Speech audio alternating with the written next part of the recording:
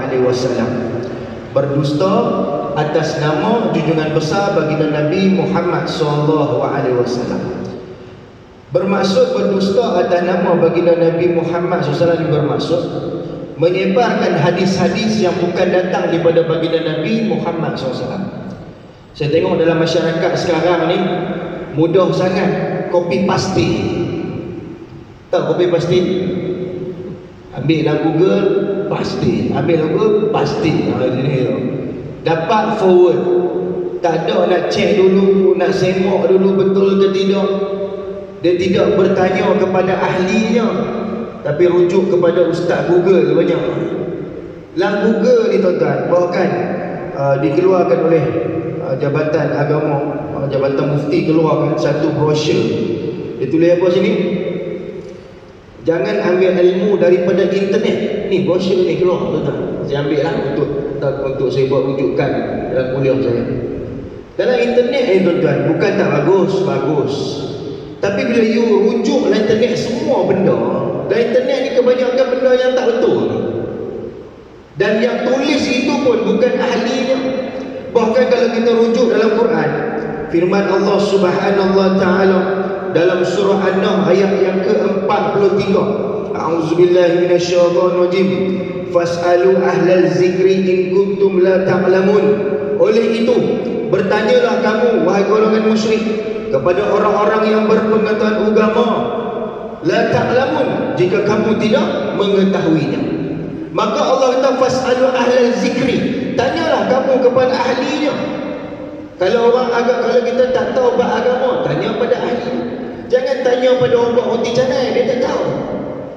Pakcik nak tanya wuduk ni macam mana, dia buat roti canai, mana dia tahu. Jangan tanya pada artis, ni artis pun ada ustaz juga, keluar fatwa lebih dari mufti. Betul tak tuan-tuan? Sebab agama ni bukan semua orang boleh jawab. Dan saya sendiri pun tak jawab semua soalan. Saya sendiri pun tak jawab semua soalan. Bukan bermakna kita tak jawab tu kita bodoh, no. Dan ulama sebut tanda orang yang beriman ni, dia tidak boleh menjawab semua soalan. Sebab kadang-kadang soalan yang kita dah jawab tu, kita takut salah, dan orang tu beramal dengan apa yang kita jawab, takkan berdosa kita. Macam baru ni orang tanya saya tentang kahwin mutlak. Saya tahu jawapan tu, tapi saya kata pada pakcik ni dalam kuliah, saya kata nanti bulan depan saya jawab dengan panjang lebar. Sebab saya takut saya salah jawab. Bukan kita tak yakin, kita tahu kahwin mutlak ni kahwin kontrak dalam ahli sunnah wal jamaah bagaimana, dan agama mana yang mengamalkan. Bukan tak mau jawab, tapi takut salah jawab. Itu sifat berhati-hati, inilah orang beriman. Sifat gelonjoh itu bukan orang beriman, itu sifat syaitan, gelonjoh, terlalu terburu-buru. Ini sifat sekarang ni, terburu-buru, dapat fakta auto, dapat fakta auto, kono ni. Terus jalan straight pun terbabat, tambah kono memang masuk longgang tuan. Sebab tu bila kita sebut tentang Nabi Muhammad SAW, siapa Nabi Muhammad SAW? Seorang manusia yang agung. Bahkan sebelum ini saya dah sebut tentang kalau kita berdusta, berbohong atas nama orang lain pun sudah dikira dosa. Bahkan kalau kita berbohong atas nama Nabi. Sebab apa tuan-tuan? Baik, kita baca sikit. Sekumpulan ulama berpandangan bahawa berdusta atas nama baginda Nabi Muhammad SAW ialah satu bentuk kekufuran yang boleh menyebabkan berlakunya terkeluar daripada agama Islam. Satu, tidak syak lagi bahawa perbuatan atas nama Allah dan Rasul dengan sengaja untuk menghalalkan perkara yang haram atau mengharamkan perkara yang halal adalah satu kekufuran yang nyata. Maka ulama kata, orang yang mana dalam hidupnya menghalalkan benda yang haram dan mengharamkan benda yang halal, ni masalah. Bila kita kata Nabi kata, kita menghalalkan benda yang Nabi tak kata. Contohlah, ada orang tuan-tuan, setengah-setengah perkara dia kata tak apa lah. Sedangkan Islam kita jangan dia kata tak apa, benda ni haram. Bukan sekadar ijma' ulama, sudah semua perkara itu telah termaktub dalam Quran dan dalam hadis baginda Nabi Muhammad SAW. Tiba-tiba kita kata tak apalah, arak ni tak apalah minum. Bukan saya minum pun, orang minum tak apa. Mana boleh macam tu? You kata arak orang boleh minum, orang Islam boleh minum. Mana you ni orang yang mana mengiktiraf benda yang haram. Betul tak tuan? Sama lah LGBT. Tak apalah ustaz, biar lah mereka LGBT kacau kita pun. Bukan pasal tak apa, benda ni sudah difatwakan haram. Bahkan dalam Quran disebut, dalam hadis disebut. Yang tiba-tiba kita kata tak apalah, biar lah. Janganlah macam tu. Rasuah ni tak apa ustaz, tak ambil 200 tak apa, 25 juta tak boleh tu. Ni siapa ajak ni? Tuan-tuan, tengok tuan, ambil sikit apa, sikit tu tak banyak tak apa, yang banyak tu yang haram tu, yang sikit apa. Ini ambil agama, bapak hang punya agama lah kan? Ambil agama Islam ni bukan kita punya, Islam ni Allah punya. So apa yang Allah kata buatlah. Apa yang Allah kata haram, haram lah. Ini buat cerita bab Allah kata dalam Quran ni. Dalam Quran ni memang tak ada khilaf ulama. Allah kata arah itu haram, haram. Zina itu haram, haram. Babi itu haram, haram. Kan babi Allah sebut dalam Quran totally haram. So tak ada khilaf ulama. Maka rasuah Allah sebut dalam Quran haram, haram. So janganlah kita duk kata tak apa. Satu. Yang kedua, disebut oleh para ulama lagi berkenaan dengan para nabi dan para rasul. So apa yang nabi kata maka kita ikut, jangan kita bantah-bantah. Betul tak? Apa yang nabi kata kita buat, jangan bantah-bantah. Sekarang ni berapa ramai yang anti hadis, berapa ramai yang anti hadis. Ni satu golongan yang tak betul ni. Dia kata kita kena ambil Quran dia, hadis tak payah. Pasal apa? Banyak hadis maudhu, banyak hadis mungkar. Ini masalah kita. Pemikiran liberal. Quran dia mesti selari dengan hadis. Sebab apa? Hadis Nabi datang menerangkan kelengkapan Al-Quran. Ada dalam Quran ni kadang-kadang perkara yang tidak jelas. Siapa yang menerangkan jelas? Nabi Muhammad SAW. Betul tak? Contoh bab semayang, dalam Quran tidak jelas, tapi Nabi datang tunjuk macam mana semayang takbir, macam mana. Betul tak? Tuan-tuan ikut siapa? Mana ikut Quran dan ikut apa yang Nabi buat. Janganlah kita kata saya tak mau, saya nak Quran saja, hadis saya tak mau. Sebab banyak hadis palsu, banyak hadis maudhu, banyak hadis mungkar, hadis perawi yang tak betul. Jangan macam tu. Sebab asas kepada hukum yang kuat dua perkara. Yang pertama Quran, yang kedua sunnah, dan lepas tu ijma' dan sebagainya. Ini kita kena faham betul konteks itu.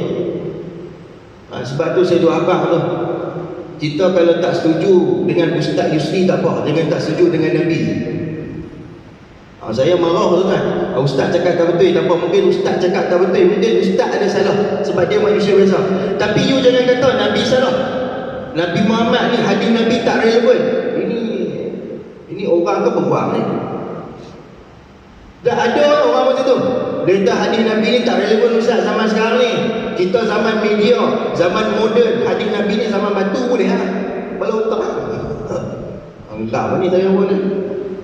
You cakap ni pasal siapa? Pasal Nabi. Ni tak kerana Nabi Muhammad SAW kita tak ada ni tuan-tuan. Betul tak? Tak kerana Nabi Muhammad SAW pengorbanan yang cukup besar, kita ni yang duduk kat Bukit Indah ni tak ada ni, tak kenal Islam. Tiba-tiba yang cerdik pandai sekarang ni berada Profesor Madya. Profesor Madya pandai cakap dah, kita tak boleh pakai hadis Nabi ni. Oh boy, hang tu tak buat tesis dia, buat cerdik pandai. Hang bahagian apa? Sastra. Sastra cakap bahasa sastra lah. Betul tak? You Profesor Madya, bahagian sastra, you cakap bahasa sastra, jangan cakap bahasa agama. Bila you cakap bahasa agama, jadi mengapu. Betul tak? Jadi mengapu. Betul tak? Tuan-tuan tak boleh setuju saya. Kadang-kadang ustaz cakap, artis cakap dengar, orang yang tak sepatut cakap dengar. Ini masalah kita ni. Sebab dia follower ramai, 1.5 juta. Orang ikut lah. Ustaz pula 200 orang yang ikut dah. Ustaz kampung, dia kata ustaz kampung ni tambah mengaji pondok lagi low class. Dia dah kita punya panggil. Sebab tu saya kadang-kadang bila pergi mengajar orang yang high educated ni, saya malas. Sebab mereka cerdik. Kita ni ustaz kampung ya. You siapa? Oh, you siapa? Oh ya, saya tak ada apa dekat ngaji pondok ya. Oh, I Profesor Madia. Oh, okey lah. Dia rasa dia pandai dengan taraf dia tu. Ni yang kita kata ni wajahlul jahil. Kita kata jahil apa? Itulah masalah kita ni.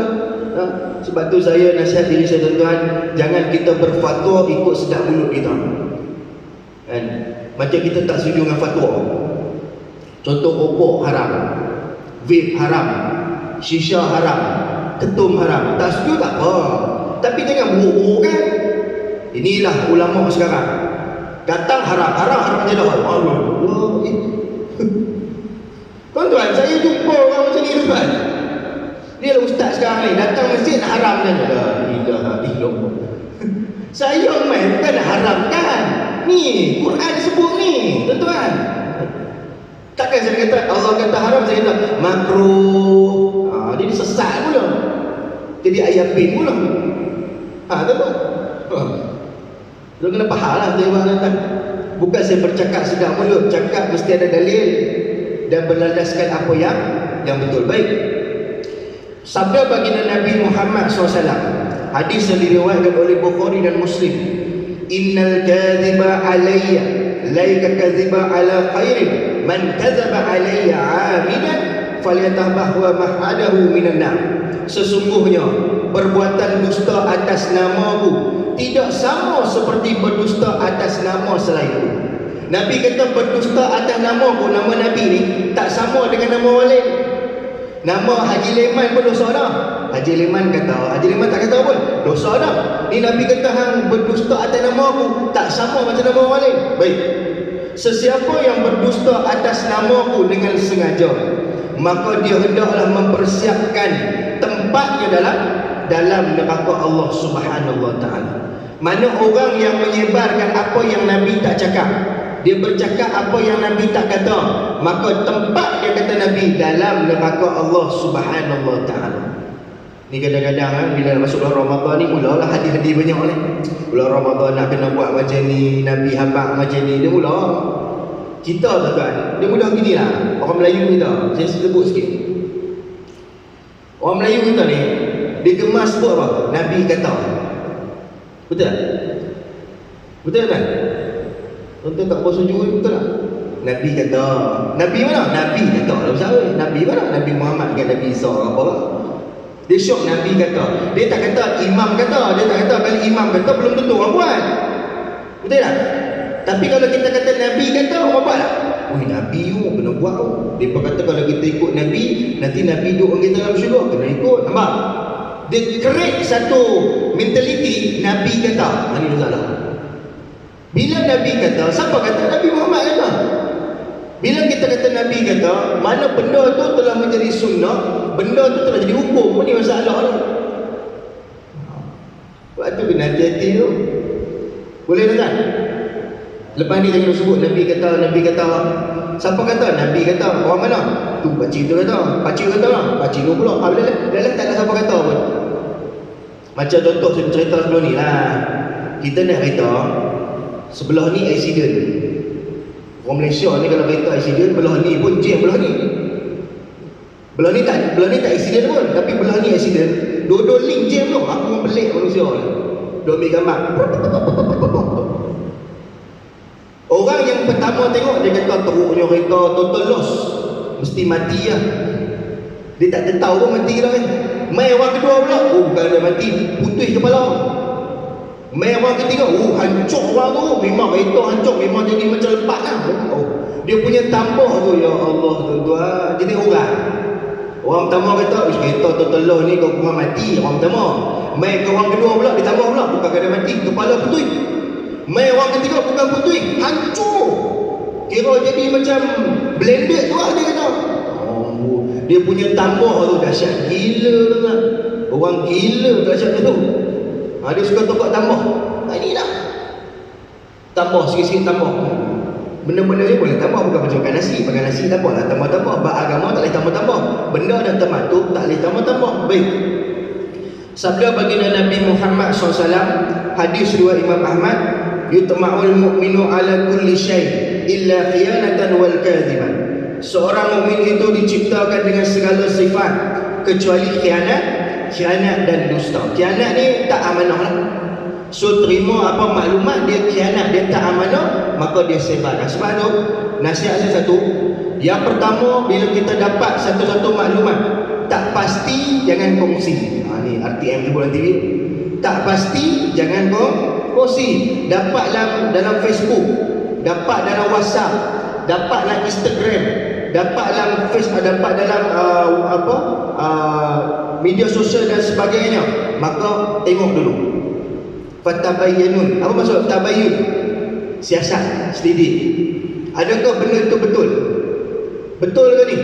Rujuk kepada JAKIM, rujuk Jabatan Mufti. Tengok, lah ni pula ada sistem untuk semok hadis itu hadis sahih atau hadis palsu. Kan ada sistem. So tulis, semok, cek, kalau betul sebar. Fastabiqul khairat. Allah sebut kan, fastabiqul khairat. Berlumba-lumbalah berbuat kebaikan. Apalah? Sebar hadis Nabi, bagus, menyebarkan kebaikan. Tapi kalau sebarkan keburukan, maka menjadi benda tu benda yang buruk. Baik tuan-tuan, hari ini saya nak kongsi sedikit tentang hadis-hadis yang popular dalam masyarakat kita. Ini yang telah difatwakan lah. Sebab saya bukan pakar hadis, saya pun merujuk kepada pakar-pakar Jabatan Mufti dan sebagainya. Sebab ustaz ada setengah yang pakar hadis, ada pakar fiqh, ada pakar ilmu falak. Dia tentu macam saya pakar fiqh je lah. Saya bukan pakar hadis kan. Belajar tapi tak menyeluruh lah belajar macam tu. Kalau kata dia bahagian major hadis, so dia pakar hadis, dia boleh tahu hadis ni hadis palsu ataupun hadis tidak. Baik, yang pertama, hadis palsu yang pertama, tuntutlah ilmu hingga ke negeri China. Ini hadis cukup popular dalam masyarakat kita. Masa saya kecil-kecil kan, mereka dah kata, orang tua kata, ni besar nanti kena mengaji sampai ke negeri China. Dia kata, negeri China macam pindah, betul kan? Betul tak? Rumah tepi masjid pertama nak pergi China apa? Kan? Mudah gitu lah. Tapi ustaz, bukankah bagus kita ni pergi keluar, pergi cari mood luar dan sebagainya? Bagus. Banyak berjalan, banyak pengetahuan kan? Okeylah.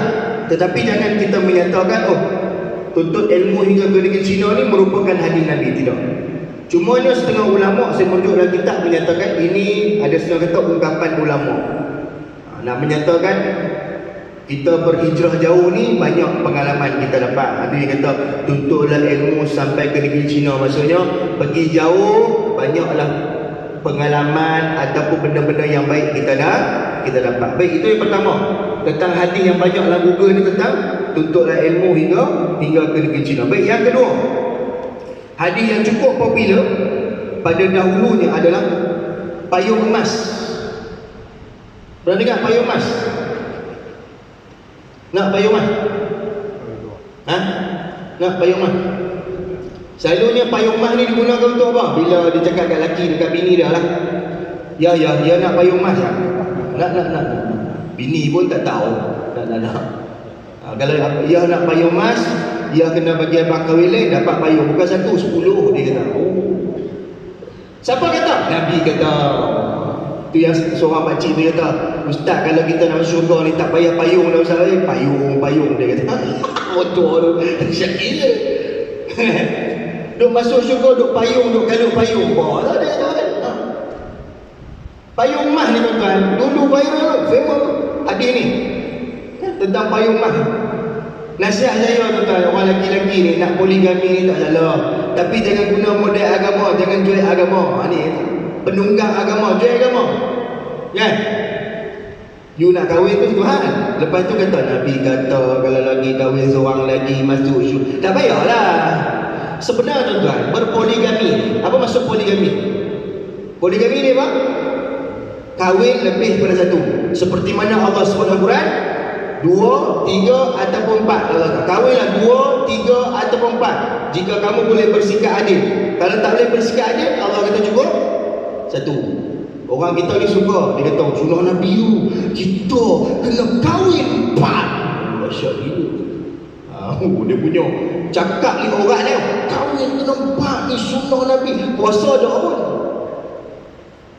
Sampai bini kita, abang tu sembang derai nak kahwin, semayang dah, puasa dah, tikar nombor ekor. Abang yang buat poligami nombor 1, bahalal dah. Dia kata tu tak wajib. Tak wajib macam mana semayang? Wajib. Poligami tak wajib. Poligami tak wajib. Dengar baik hari ni tuan-tuan. Poligami tak wajib. Orang perempuan, poligami tak wajib. Sebab baru ni pemarah. Dia lah orang lelaki sekarang. Bila bini tak bagi, kahwin kat Thailand. Nak berpoligami tak perlu minta izin isteri. Faham tu orang perempuan tu. Lepas tu ada pula orang kata berdosa menyakitkan hati isteri. Payahlah macam tu. Mana maunya tu tuan. Siapa tak sakit hati tu? Kadang-kadang perkara tu janganlah kita cakap ikut emosi. Ini tak kena mengenal siapa ni, contoh saja. Poligami ni Allah beri kepada orang lelaki-lelaki. Dan dia merupakan sunnah Nabi. Ya. Cuma Allah kata kalau boleh sikap adil. Yang masalah sekarang ni, bab dengan sunnah poligami ni, yang poligami tak salah, yang amal poligami tu salah. Saya ulang. Poligami tak salah, yang buat poligami salah. Betul tak tuan-tuan? Cuba tengok orang, contoh Ustaz Azhar Idrus kahwin berapa? 3 orang. Elok lah. Tuan-tuan kahwin 2, perang dunia ketiga. Pasal apa? Tuan-tuan tak adil. Bini pertama bagi bini tu kan kahwin 2. Bini tua 3 hari, bini muda 4 hari. Tak adil tu. Patut yang tua 4 hari, yang muda 3 hari. Barulah nama dia apa? Baru nama dia kepimpinan. Sebab dia yang paling tua 4 hari. Ini sebab kita dapat muda, hak tua kita lupakan. Ini dah tak adil. Tu baru bab giliran. Tu bab bagi duit tak kira duit. Bini tua bagi 50, bini muda 500. Mana mau ni tuan-tuan? Dia kata pasal bagi bini tua 50. Sebab gigi pun tak ada dah, bagi banyak pun kan dia makan pun. Ini yang masalah dah. Nampak poligami jahat sebab laki tu jahat. Faham tuan? Saya pengalaman saya duduk jabat agama. Setahun saya duduk jabat agama Kelantan. Sebenarnya tuan, poligami ni tak perlu paksa pun sebenarnya. Kalau isteri tu dia sayang kat suami dia, dia cari you. Dia cari. Ada kes terpencil juga. Isteri cari madu untuk suami. Oh dahsyat tuan. Datang pejabat agama, ambil borang kahwin. Dia ambil borang kahwin. Saya tanya kok tu, kok ambil borang kahwin ni siapa nak kahwin? Dia kata laki saya Ustaz. Macam mana laki yang nak kahwin ni? Saya kata pasal apa? Dia kata Ustaz nak bagi laki saya seorang lagi bini. Dia kata saya kata dahsyat gila. Saya kata kau boleh tak 5 minit saya nak interview 5 minit. Sebab kes terpencil, kita kena interview lah, nak cantik tu. Saya pun tanya dia, kau pasal apa kau bagi suami kau kahwin lah? Sebab selalunya orang perempuan dia tak setuju poligami, tapi kau bagi suami kau kahwin lah. Pasal apa? Nak tahu apa dia kata? Tengok dia kata apa? Orang perempuan ni dia jujur. Dia jujur orang perempuan ni. Dia kata apa? Ustaz, suami saya terlalu baik. Rasa rugi rasanya Ustaz kalau saya seorang merasakan kebaikan tu. Saya nak bagi orang lain rasa macam mana saya rasa. Oh dahsyat. Nampak tak? Sebenarnya akhlak itu menjadikan orang itu akan dia orang yang terbaik. Macam Nabi Muhammad SAW. Kadang-kadang Nabi tak cakap, orang tengok Nabi pun rasa tenang. Kita tengok bini kita rasa meluat. Bini kita tengok kita rasa meluat. Perempuan ni kata, makcik ragak ni kata, suami saya terlalu baik. Saya minta apa dia bagi kadang-kadang lebih. Tengok kan? Dia boleh ambil borang, carikan madu untuk suami dia. Dah syarat? Syarat. Tuan-tuan dapat ke tu? Boleh dapat? Dalam mimpi je lah. Kan? Sebab tu balik saya tanya isteri. Ni sunnah Nabi, tanya. Ya, selama kahwin dengan abang ni, berapa ha boleh bagi? Berapa ha tu apa? Berapa bintang boleh bagi? 5 tahun kahwin, 10 tahun. Abang ni baik tak? Isteri ni, dia akan cakap jujur. Abang madruk. Selama kahwin ni gelang pun tak beli, janji saja lah. Dia cakap tu ya. Tu dia kata tu pun nak kahwin dua macam mana. Sebab tu dia marah. Sebab tuan-tuan pun tak jujur, menipu pula. Tu yang dia marah. Baik, itu yang pertama. Yang kedua, payung emas. Yang ketiga, kalau tuan-tuan perasan, orang Melayu kita ni bila dia habis makan nasi, dia akan tuang air dalam pinggan. Pasal tak? Habis dia makan nasi kan, dia buah ayam. Cuba tuan-tuan tanya dia, pasal apa? Dia kata Nabi ajak kita murah rezeki kita buah ayam. Pibuh dia air, buh melok air. Tak ada melok air, ketuk air pun dia buh. Saya kata ambil dalil mana Haji? Dalil orang dulu-dulu. Dalil orang dulu-dulu? Mana mahu, dia tu tak ada orang dulu. Ini. Tapi kalau dulu masa saya kecil-kecil, kalau ikut atuk saya tuan-tuan, kita minum teh panas kan, tuang tu kita hirup kan. Itu tak apa, itu betul, itu bukan hadis. Ingatlah, betul dengan hadis ni beza. Dia tak cakap betul, apa cakap hadis ni. Saya kata hadis kan betul. Hadis. Kena ketuk pun. Tak pernah faham ni. Betul orang tua dengan hadis Nabi beza. Betul ni orang tua cakap. Hadis Nabi cakap. Ini masalah betul. Baik, yang ketiga. Yang keempat, ini yang sempat baca. Sehari saya pun ada program ni dekat KNCC, jadi saya tak ada lama. Baik tuan-tuan, tentang hadis potong kuku. Tuan-tuan kalau potong kuku hari apa? Hari Jumaat. Pasal apa? Pasal apa? Cepatlah, okey dah jawab. Nak tanya ni. Hari Khamis tak boleh, hari Khamis. Oh tak boleh je, Khamis tak boleh. Hari Jumaat boleh. Nampak tuan-tuan? Dia mengkhususkan satu hari untuk kepik kuku. Baik, kalau merujuklah fatwa yang dikeluarkan bahawasanya wujudkan kelebihan memotong kuku pada hari tertentu, maka para ulama Syafi'iyah dan Hanbaliyah menggalakkan memotong kuku pada setiap hari Jumaat. Nampak tuan-tuan? Potong kuku ni bukan hadis Nabi. Dia merupakan pandangan ulama, antaranya ulama mazhab Syafi'i dan Hanbali, mengatakan bahawasanya mereka menggalakkan memotong kuku pada setiap hari Jumaat. Ada tak hadis berkenaan dengan sunnah ni dapat potong kuku ni? Jawapannya tak ada. Cumanya hadis berkenaan itu yang diriwayatkan oleh Muslim, Tirmizi dan An-Nasa'i. Baginda Nabi Muhammad SAW bersabda yang bermaksud memberi batasan waktu kepada kami untuk memotong misai, memotong kuku, mencabut bulu ketiak, mencukur bulu kemaluan agar tidak dibiarkan lebih 40 hari. Ini sunnah Nabi. Nabi kata jangan biar bulu ketiak, kuku, misai, bulu kemaluan jangan lebih 40 hari. Tuan-tuan tak potong sampai 40 hari pada tu yang bulu ketiak keluar. Ada tak? Misai ni sampai tutup mulut tu. Sampai orang tanya Haji, mulut ada mulut dia selok? Ada, dia kata dia lah. Tuan-tuan, ni misai ni tak ada masalah. Tapi bila kita makan misai sampai tutup mulut, gulai lekat kat misai, nampak kotor tu. Orang tu tengok nak makan capati kan tengok misai kita. Ini masalah. Nampak kan? So Nabi kata potong, jangan lebih 40 hari. Ini belum kuku ni sampai pusing tu. Macam kek lapis Apollo nak masuk Guinness Book of Record. Ini sunnah mana yang kita tengok ni? Nabi kata 40 hari, lebih pada tu dosa. So potong kuku. Boleh dengar? Nak potong Jumaat boleh tak? Boleh. Sebab itu pandangan ulama. Baik, seterusnya tentang wanita mempunyai 9 nafsu 1 akal. Ini pun hadis yang cukup famous. Dia kata orang perempuan ni ada 9 nafsu, 1 akal itu dia pun tak boleh pakai tu. Kami ni 9 akal, 1 nafsu tu yang boleh kahwin ramai tu. Mana dia ambil benda tu? Kan dia kata sebab kan ada orang kata Ustaz, pasal apa orang lelaki boleh poligami? Sebab dia banyak akal. Dia banyak akal dia banyak fikir. Adakah itu hadis Nabi?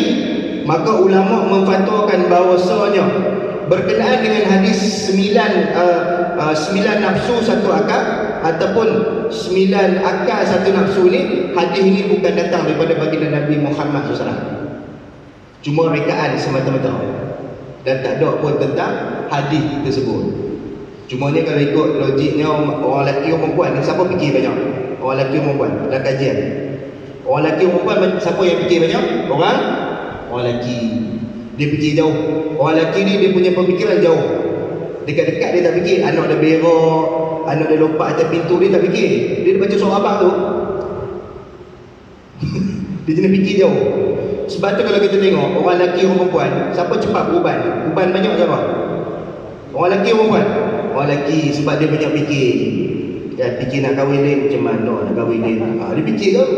Malam tidur tak lelok, terbeliak-beliak kata orang nak. Ini contoh lah. Baik. Seterusnya, dah sempat saya baca lah. Tuntutlah ilmu daripada buayan hingga ke liang lahat. Tuntutlah ilmu daripada buayan hingga ke liang lahat. Ini pun dia berkata hadis Nabi Ustaz. Nabi kata kena belajar ni daripada buayan sampai mati. Adakah itu hadis Nabi? Maka ulama memfatwakan hadis ini hadis palsu menurut Dr. Yusuf Al-Khadrawi. Walaupun maksudnya baik, bukan bermakna hadis itu datang daripada baginda Nabi Muhammad. Maksud dia baik lah. Tuntut ilmu daripada buayan hingga ke liang lahat. Maksud baik, tapi bukan datang daripada Nabi Muhammad SAW. Macam kita kat sekolah lah. Kat sekolah kan ada apa? Manifesto tu yang dapat spray tu apa? Budi bahasa budaya kita. Kita boleh kata Nabi kata budi bahasa budaya kita, tapi bukan Nabi kata. Tidak. Itu sekadar slogan. Kalau macam Didi AG kan, dia kata apa? Tak handsome tak apa, jadi kaya. Okey tu. Biar muka pecah tak apa, tapi duit banyak. Okey lah kan? Maknanya walaupun maksud baik, tapi dia bukan bermakna datang daripada baginda Nabi Muhammad SAW. Baik, seterusnya yang terakhir lah, 7.5 orang. Tentang, orang tanya tentang hadis lalat. Pernah dengar hadis lalat? Baik, saya baca sikit hadis ni. Sekejap.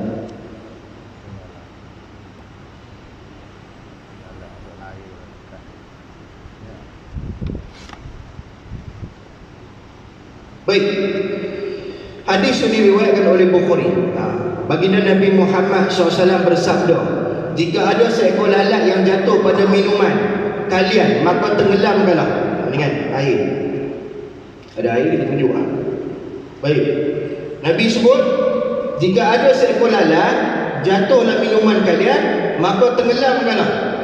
Kemudian angkat, kerana pada satu sayapnya ada penyakit dan pada satu sayap lain ada penawar. Pernah dengar hadis ni? Pernah dengar hadis ni? Baik. Hadis palsu ke hadis sahih? Nabi kata, order ti air, lalat sampah masuk. Lalat sampah tu pernah pupuk lentang. Nabi kata tenggelam dia, lepas tu buang. Adakah dia sunnah Nabi ataupun hadis Nabi? Maka merujuk dalam fatwa yang muktabar yang saya tengok, ia merupakan hadis baginda Nabi Muhammad SAW, hadis yang sahih. Sebab tu ada hadis Nabi tentang Nabi mengajar, ada hadis Nabi tentang hukum. Hadis berkenaan lalat ni, hadis Nabi mengajar kita jangan membazir. Sebab kadang-kadang ialah kita beli ayam Starbucks kan, ayam Starbucks mahal. Tiba-tiba tak ada minum, lalat minum dulu. So Nabi kata tenggelam kan? Tenggelam kerana apa? Sebelah sayapnya ada penawar, sebelah sayapnya ada penyakit. Tenggelam je lah. Ni contoh saya tunjuk. Ni tunjuk. Tuan-tuan nak minum teh O, tiba-tiba lalat masuk. Tuan-tuan tengok lalat kan? Tuan-tuan tenggelam ni tu, tenggelam, tuan-tuan angkat, tuan-tuan buang. Jangan pula dah kata sunnah Nabi, dah kata Nabi suruh bawa lalat pula pergi kedai. Hari ni kita amal sunnah Nabi kan, ambil lalat seorang sikit. Tak itu. Kan? Satu. Yang kedua, tenggelam tu jangan sampai 1 jam. Tenggelam lalat 1 jam, lemah lalat tu. Kan? Tenggelam buang. Ada orang kata pula, Ustaz, saya lalat-lalat ni saya tak minum sahaja, dia kotor. Adakah saya menolak sunnah Nabi? Jawapannya tidak. Kalau kita tak meminum air itu, maka kita order air baru, tak ada masalah. Cuma kata Imam Nawawi, air yang kita tak meminum tu, yang lalat masuk tu, apa nak buat supaya tidak membazir? Yang pertama kata Imam Nawawi, tuang kepada pokok. Kepada pokok dia tuang, kerana ada manfaat. Yang kedua, bagi minum pada binatang ada manfaat. Cuma jangan bagi pada kawan. Kawan kata, awak beri yang lain selalu pakai kedekut. Kita hari ni nak buat pahala lebih, kita kata bagi kawan pun minumlah. Sedap pula ayam lah ni. So benda tu kena tengok lah, kena perhati betul lah. Janganlah kita anai orang. Macam sunnah Nabi Muhammad makan 3 jari kan. Tuan-tuan makan berapa jari? Berapa? 5 kan? 3 dah kenyang macam mana lah. 3 cedok je lah. Kami 5 dua-dua tangan ni. So tak ada masalah lah. Nak makan 3 jari ke nak makan 5 jari pun tak ada masalah. Macam sunnah jilat jari. Tuan-tuan buat tak? Habis makan Nabi jilat jari kan? Buat tak?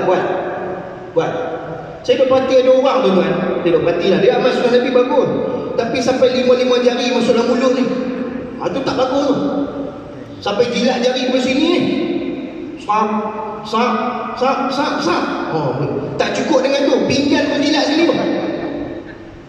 Kita tengok jatuh dia semua ni. Nampak pengotor lah tuan-tuan. Dan Nabi ajar pada kita, bila kita nak jilat jari, kalau kita nak hormat orang makan, ada, janganlah jilat depan dia. Kali jilat je tu, tutup tangan kan. Ini oh woi, kawan tu tengok padoh lah.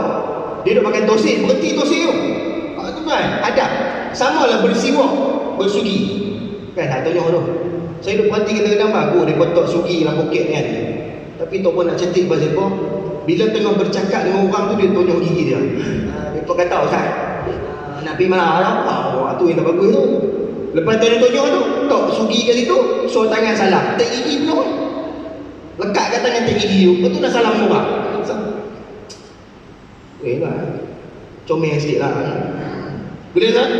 Banyaklah sunnah Nabi nak cerita pagi ni. Doa naik kenderaan, doa masuk masjid, doa masuk tandas, doa keluar rumah. Tu doa-doa pun Nabi ajar pada kita. Doa tolak bala, ni semua kan? Kan? Nabi bila memakai satu benda, Nabi memulakan anggota belah kanan. Itu semua sunnah Nabi. Dia tuan-tuan buat lah. Yang elok-elok lah, yang tak elok tak payah buat. Kan kadang-kadang ada sunnah yang mana kita tengok benda tu macam tak pasti, tak buat. Tanya orang yang ahli, yang tahu. Betul lah Ustaz sunnah ni? Kalau betul, maka buat. Kalau tak betul, tinggalkan. Boleh tuan-tuan? InsyaAllah. Ini cukup lah sekadar itu untuk pagi ini. Macam sunnah tuan-tuan, laki bini kan? Nabi kan ada 9 orang isteri. Antara sunnah Nabi, Nabi mandi dengan isteri dia satu bekas, satu bola. Tuan-tuan balik buat kan? Ya, hari ni jangan mandi, tunggu abang. Tak ada air, terjun. Ni sunnah Nabi, mandi sekali. 30 tahun tak nak mandi, tiba-tiba mandi. Dia kata apa? Biar nak mampu orang tua ni. Kan orang kita panggil macam tu kan, tengok pelik-pelik sikit, nak mati je tu. Orang tu tak pernah main masjid, 30 tahun tak pernah main masjid, tiba-tiba datang masjid. Kita kata, macam leman 30 tahun masjid pindah tak main hari ni main. Tak lama dia kata, nampak dia punya perangai tu. Biarlah orang tu nak berbaik, apa masalah je. Biar kita duk kata terbiak nak mati pun ni. Ini semua mengarut. Kalau orang kata tuan-tuan marah. Orang kata tuan-tuan, tak lama tu 3 kali Jumaat lagi pi lah. Satu lagi simpang lah, minta simpang malaikat apa tu? 44. Simpang malaikat 44 tu. Tu dalam berita Zayan tahun ni orang tanya orang. Saya pun tak ingat. Orang tanya Ustaz, soalan saya. Orang kita kan minta tolak bala tu, minta simpang malaikat 44 tu. Ada hadis Nabi ya? Saya pun diam saja. Aku pun tak boleh ingat kan. Tapi hari ni kita tak jawab kan. Saya kata kalau ikut pada pendapat yang muktabar tentang benda ini, tak ada yang ada menyebut berkenaan dengan tolak bala sebut tolak malaikat 44, tak ada. Kita buat salah, suruh malaikat tolak bala lah, apa hal pula kita ni pelik-pelik kita ni. Nama malaikat pun tak apa, pun malaikat 44. Jadi cukuplah kan, insyaAllah kita jumpa lagi pada next bulan kita akan datang. Yang baik datang daripada Allah, yang kurang datang pada kelemahan diri sendiri. Saya mohon maaf banyak-banyak jika ada salah dan silap. Wabillahi taufiq wa hidayah. Assalamualaikum warahmatullahi taala wabarakatuh.